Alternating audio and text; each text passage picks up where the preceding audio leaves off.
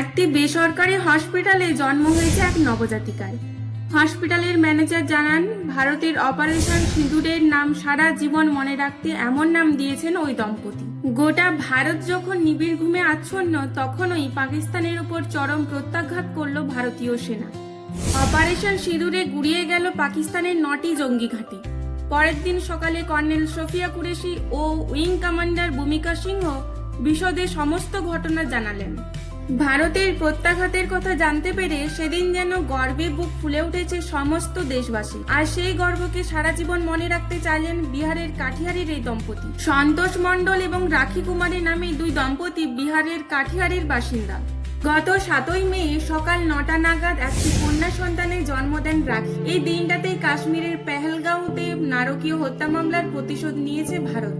বেছে বেছে হিন্দু পর্যটকের খুনের বদলা নিতে 9টি জঙ্গি ঘাঁটি গুড়িয়ে দেওয়া হয়েছে ভারতের তরফ থেকে। কিন্তু বারে বারে ভারতীয় সেনার তরফ থেকে একেবারে স্পষ্ট করে দেওয়া হয়েছে যে ভারতের নিশানায় পাকিস্তানের কোনো সেনা ঘাঁটি বা সাধারণ মানুষ ছিল না। কেবলমাত্র বেছে বেছে নির্দিষ্টভাবে জঙ্গি ঘাঁটিগুলোকেই ধ্বংস করা হয়েছে।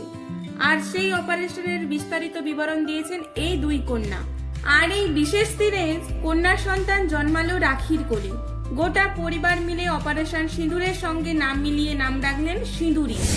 একটি বেসরকারি হসপিটালে জন্ম হয়েছে ওই নবজাতিকার। ওই হসপিটালের ম্যানেজার জানান, ওই দম্পতি ভারতের অপারেশন সিঁদুরকে মনে রাখতে মেয়ের নাম দিয়েছেন সিঁদুরি। নবজাতিকার দাদু জানান যে বিশেষ এই দিনে ভারত পাকিস্তানের ওপর হামলা করে যোগ্য জবাব দিয়েছে।